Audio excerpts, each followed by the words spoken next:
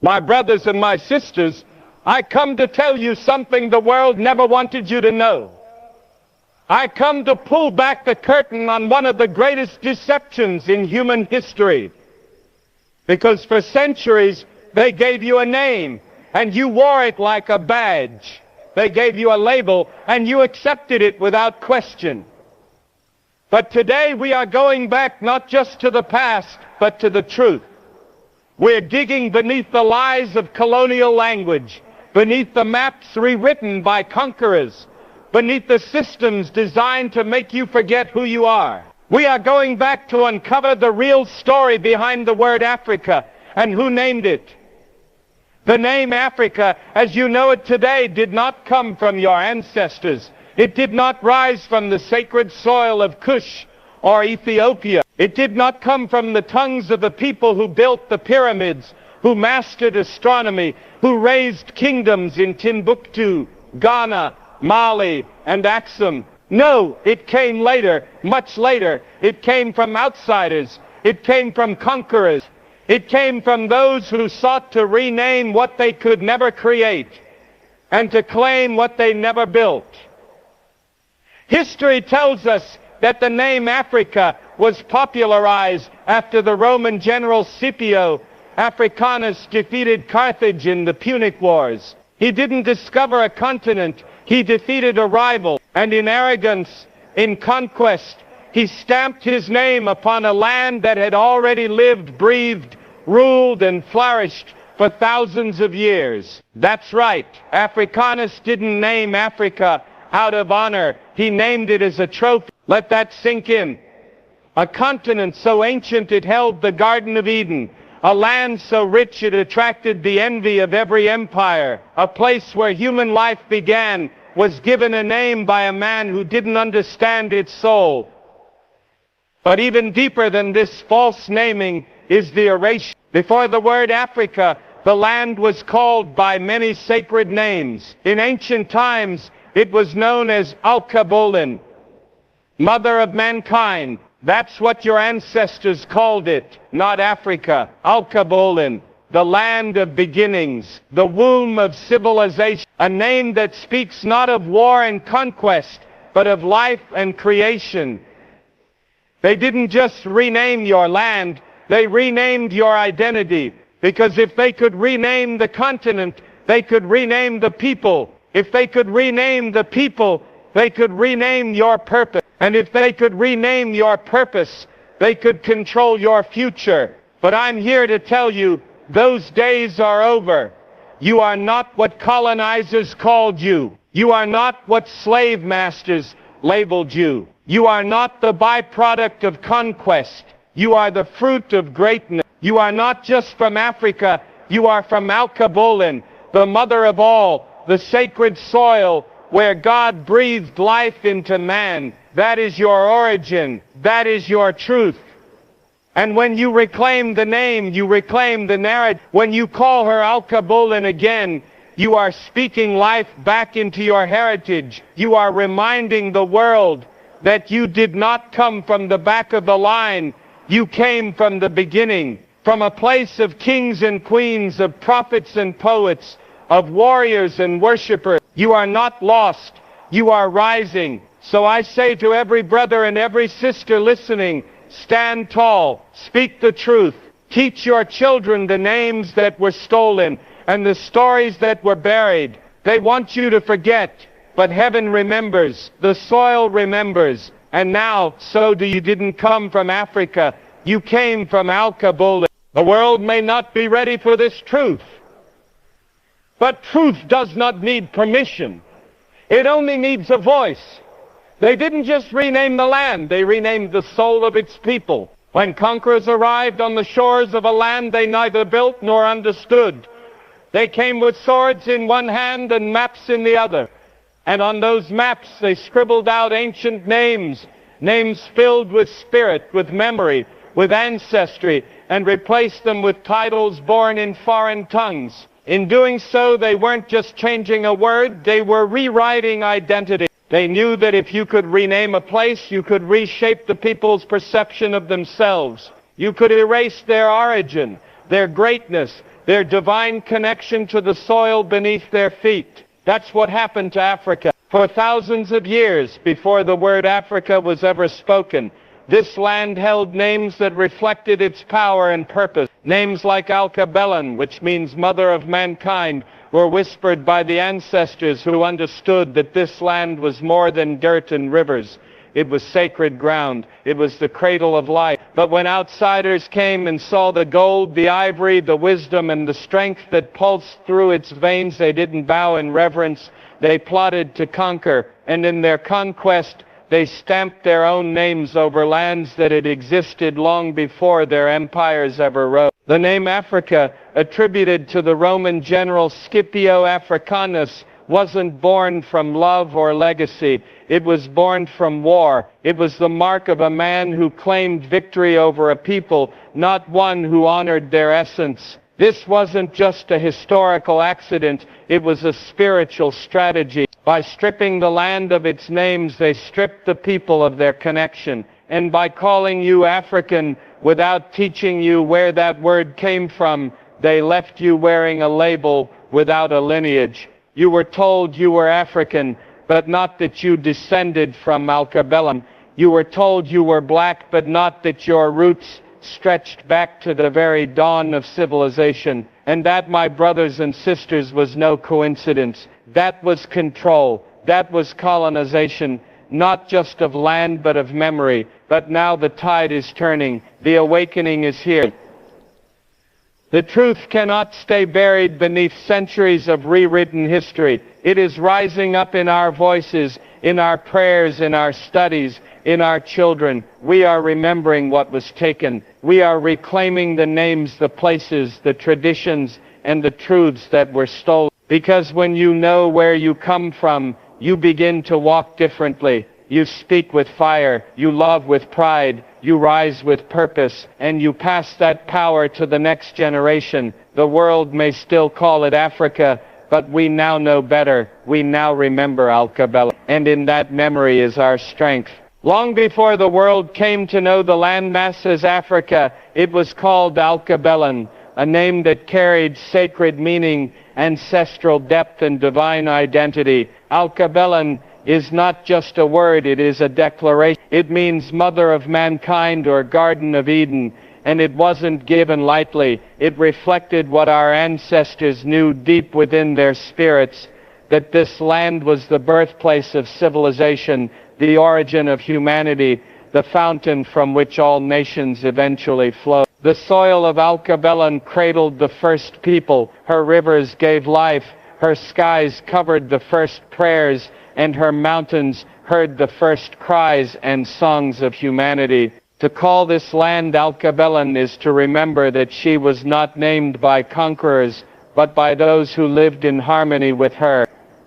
She was not discovered, she was divine. When the rest of the world lived in scattered tribes or in shadows of developing culture, Alkebulan already had flourishing kingdoms, sophisticated systems of governance, astronomical knowledge, medicine, architecture, and spiritual depth. Names like Nubia, Kush, Punt, Axum, and Kemet echoed across the land like a drumbeat of destiny. These were not primitive tribes, they were empires of brilliance and legacy, and all of them were children of Alkebulan.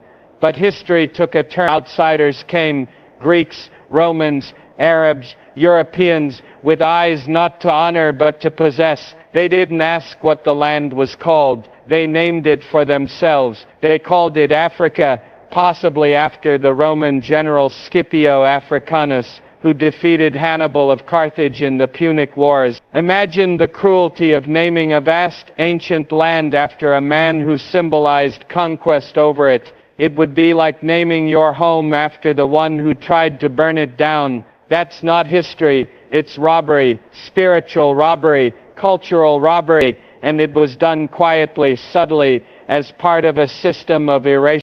But now, the veil is lifting. A new generation is asking questions. Why was the name Alkebulan buried? Why are African histories often told, starting with slavery instead of sovereignty? Why are black children not taught about the empires that thrived in their ancestral lands before a single ship ever crossed the Atlantic? The answer is uncomfortable but necessary. It is because the truth of Al-Kabilan threatens the lies of oppression. It threatens the narrative that says black people came from chains instead of crowns. That is why we must say the name again, Al-Kabilan. Say it with reverence, say it with pride, say it with the fire of ancestors rising in your bones. Because when you call her Al-Kabilan, you are not just renaming a continent, you are reclaiming a history, you are reigniting a power, you are returning to the source, and in that return you find not only where you came from, but who you are.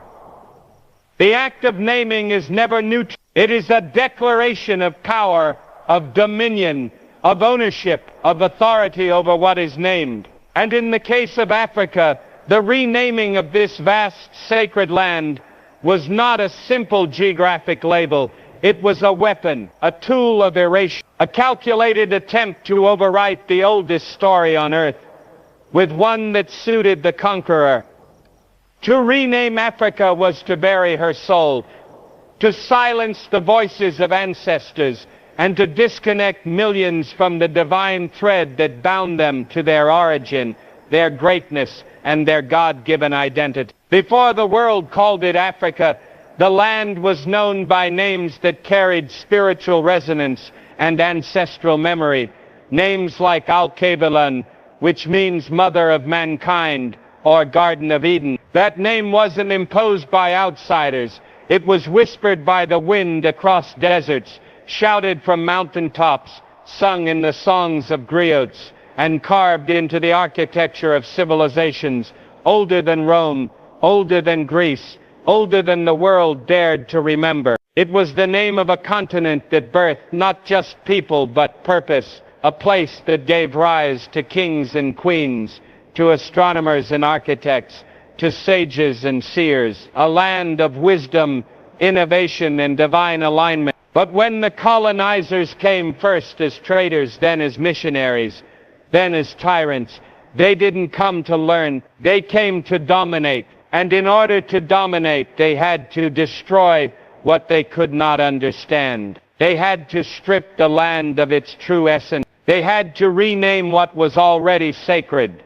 Because if they could rename it, they could reframe it. And if they could reframe it, they could refine its people. No longer descendants of noble bloodlines or builders of empires. No, they would be cast as savages, heathens, less than human. And it all started with the name. To rename Al-Kabilan as Africa was not a casual decision. According to many scholars, the name may have originated from the Roman conqueror Publius Cornelius Scipio Africanus, who defeated the Carthaginian general Hannibal. Think about that. The entire continent, the cradle of humanity, was given the name of a man who symbolized its defeat. That is not honoring history. That is branding a scar. It is calling the wound the name of the blade that cut it.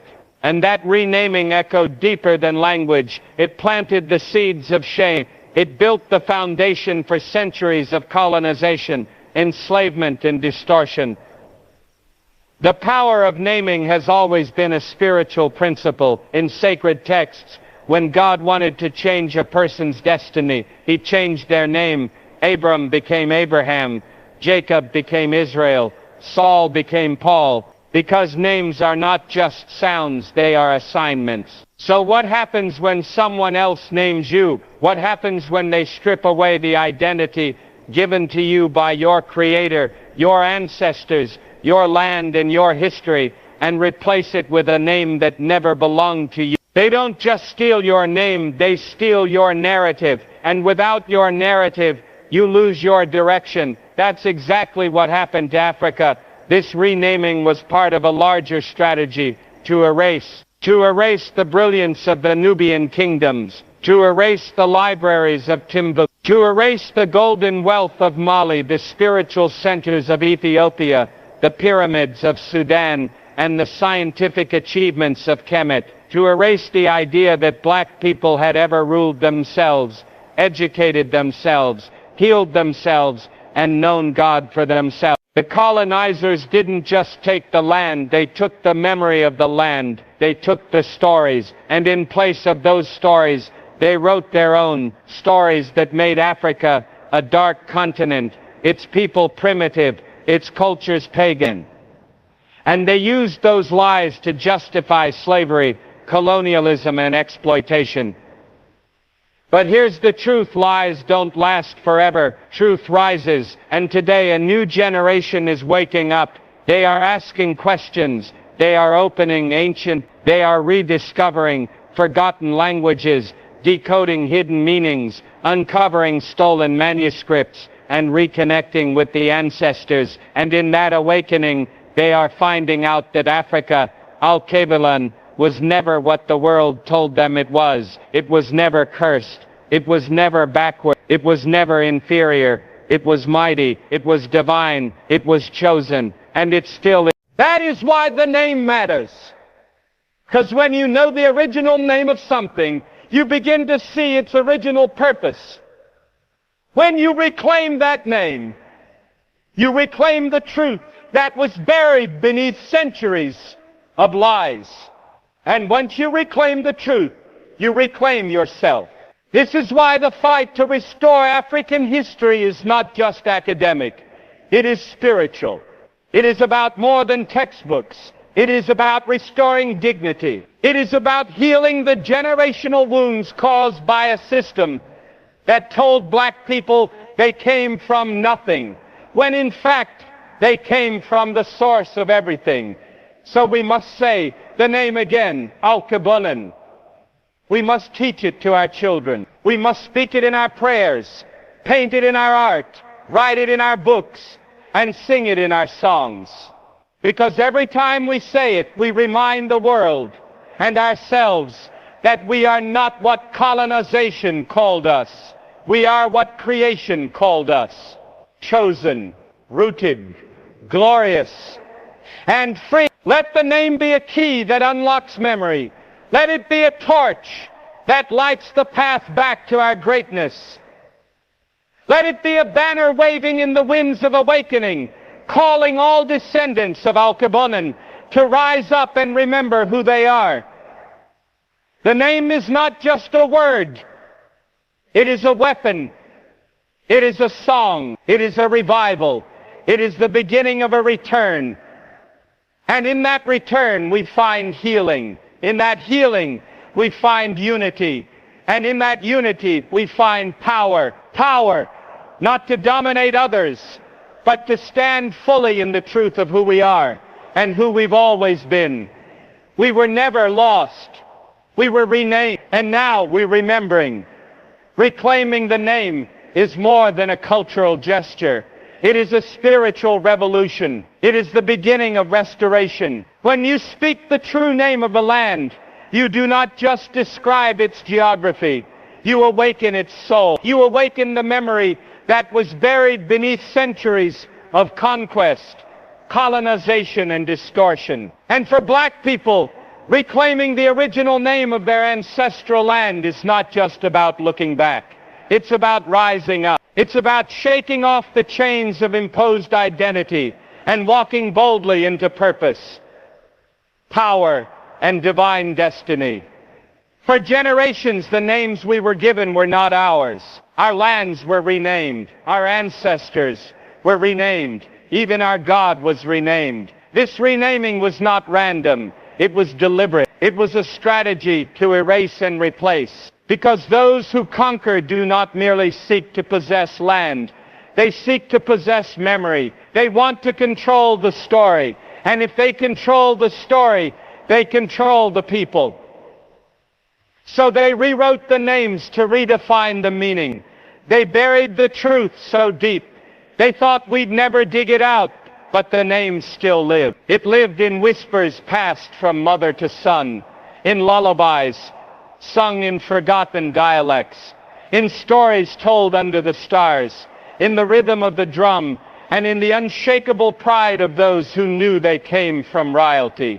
even if the world called them slaves. That truth never died. It waited, it endured, and now it rises again. To reclaim the name of the land, to speak Al-Kabunan instead of Africa, to say Kemet instead of Egypt, to call upon Kush, Sheba, Aksum, Nubia, is to challenge the lie. It is to say we remember who we are, because our identity was never meant to be defined by those who enslaved us. It was already written in the soil of the land that cradled humanity from the beginning. When you say the true name, you call back the spirit of the land, and in doing so, you call back the spirit of the people.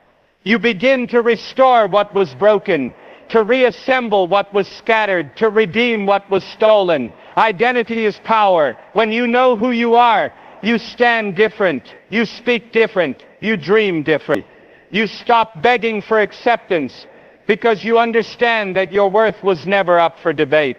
That's why the enemy of your soul always starts by attacking your identity. That's why enslaved Africans were stripped of their names, their languages, their rituals, their roots, because to erase your identity is to paralyze your power. But the reverse is also true. To restore your identity is to reclaim your power. It is to pick up the mantle that was always yours and wear it without shame. And the name is the beginning. The name is the seed. Once you say the name, you plant remembrance. Once you plant remembrance, you grow pride. Once you grow pride, you birth purpose. And that purpose ignites movements, heals trauma, restores families, rebuilds nations, and reconnects people to the divine source from which they came. This is why reclaiming the name of the land matters. It is not a trend, it is a rebirth. When a people are robbed of their history, they are robbed of their future.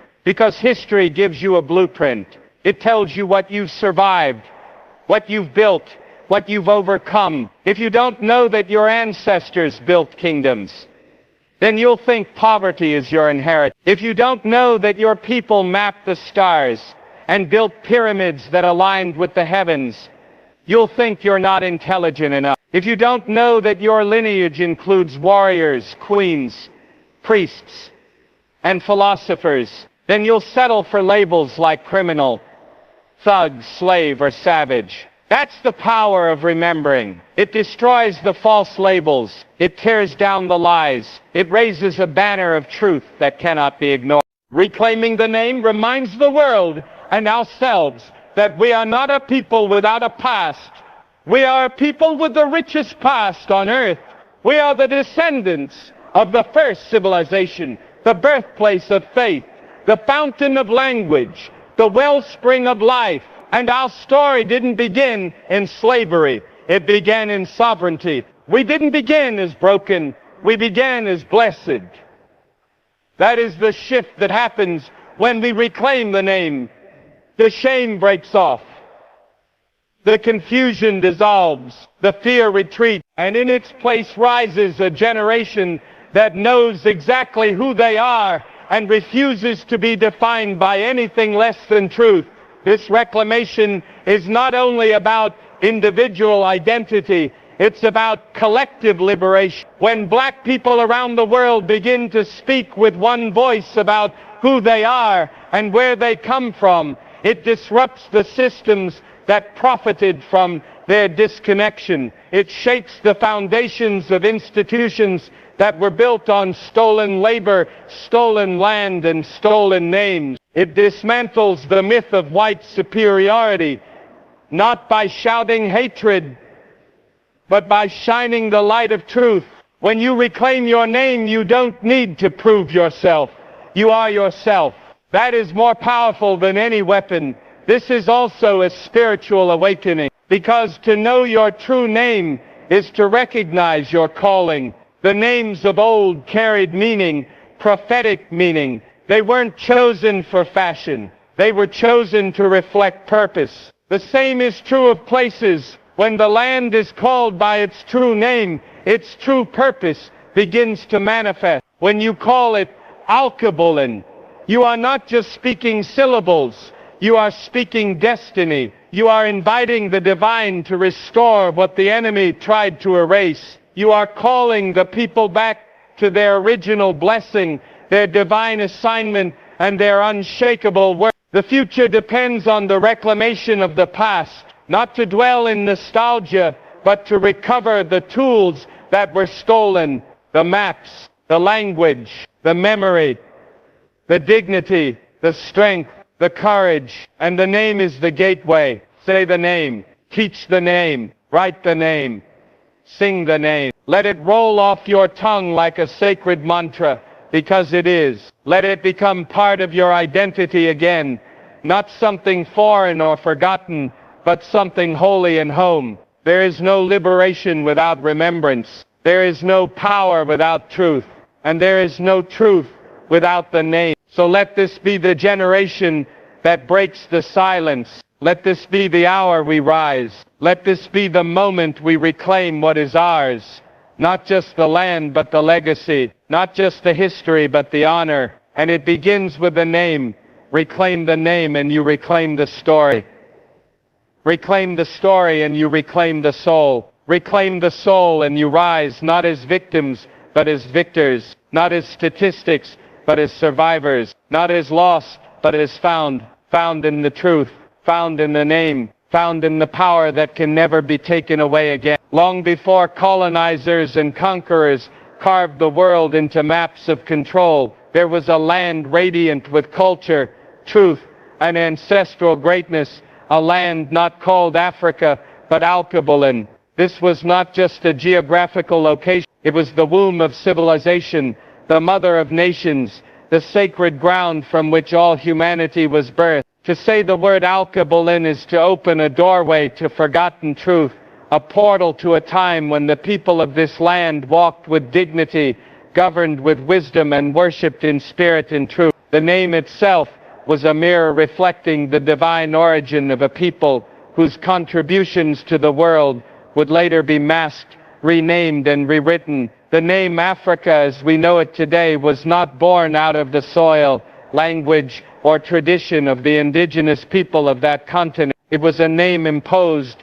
most likely after the Roman general Scipio Africanus, who defeated the great Hannibal of Carthage. Imagine the irony, an entire continent named after a man who conquered a piece of it. A land so ancient, so sacred, so full of power and promise, now known by the title of its conqueror. It's as if history itself was rewritten to remove the fingerprints of the original builders, the original kings and queens, priests and warriors, mothers and fathers. When the colonizers arrived, they didn't just claim the land, they claimed the story. Before that theft, Alkebulan was the name spoken by many of the continent's original civilizations. It was a word that existed in the languages of Kush, Nubia, Kemet, ancient Egypt, and this wasn't a scattered or savage land, as the conquerors would later depict. This was a continent of powerful empire. From the mathematics of the Dogon people to the architecture of Axum, from the spiritual systems of the Yoruba to the philosophical depth of the Nile Valley civilizations, Alkebulan stood as the lighthouse of the world. And what makes this more powerful is the recognition that Alkebulan was not simply a name. It was a declaration of divine heritage. It meant Mother of Mankind and Garden of Eden. These were not accidental titles. They were born from the sacred truth that the earliest humans walked on her soil. Her heartbeat was the rhythm of the earth itself. Her rivers were lifelines. Her mountains, ancient teachers. And her people, they carried in their DNA the blueprint of humanity. So when the name was changed, it wasn't just a shift in terminology. It was an assault on identity. The colonizers understood the power of names. When you rename something, you begin to own it.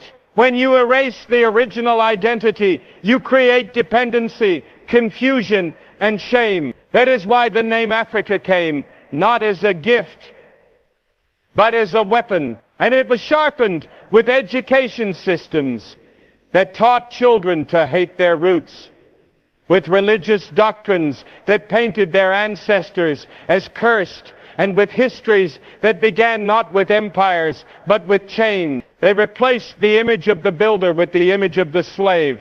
They replaced the script of the philosopher with the silence of the oppressed.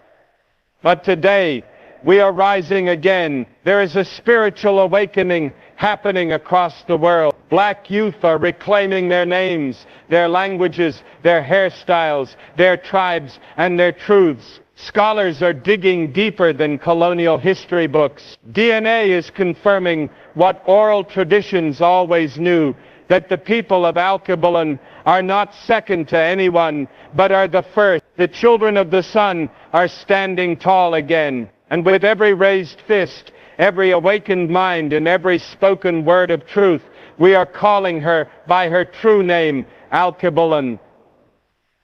To say Alkebulan is not about nostalgia, it's about rebirth. It is the refusal to let our story be told by strangers. It is the fire in our bones, reminding us that we are more than what was done to us. We are what we have always been, chosen, royal, and resilient. Alkebulan is not just a name, it's a spiritual revolution. It is the breath of ancestors rising from the dust to declare, we are still here, we never left. And now the world will know who we are. When we speak the name Alkebulan, we speak life, we restore memory, we ignite pride. We declare that our history did not begin with slavery, and our future will not be dictated by fear. The world may have renamed our land, but they cannot erase the truth that beats in our blood. And as we speak her name, we heal. We heal generations of silence. We reconnect with a time before the fall, before the chains, before the lie. We find again what was hidden, and we reclaim what was stolen. Let the world hear it. Let classrooms teach it. Let preachers preach it. Let children learn it. The true name is Alkebulan, the sacred mother of us all, and she still stands unbowed, unbroken, and unafraid. I'm no longer by my side now. Wish we were together now, knowing I will see ya. I'ma meet you at the graveyard, where you lay down, where you stay now, face down, cold. I'm no longer by my side now. Wish we were together now, knowing I will see ya. We're undecided between life and past, and you lost your battle. Life was up, but I was always right. I'll catch you tight.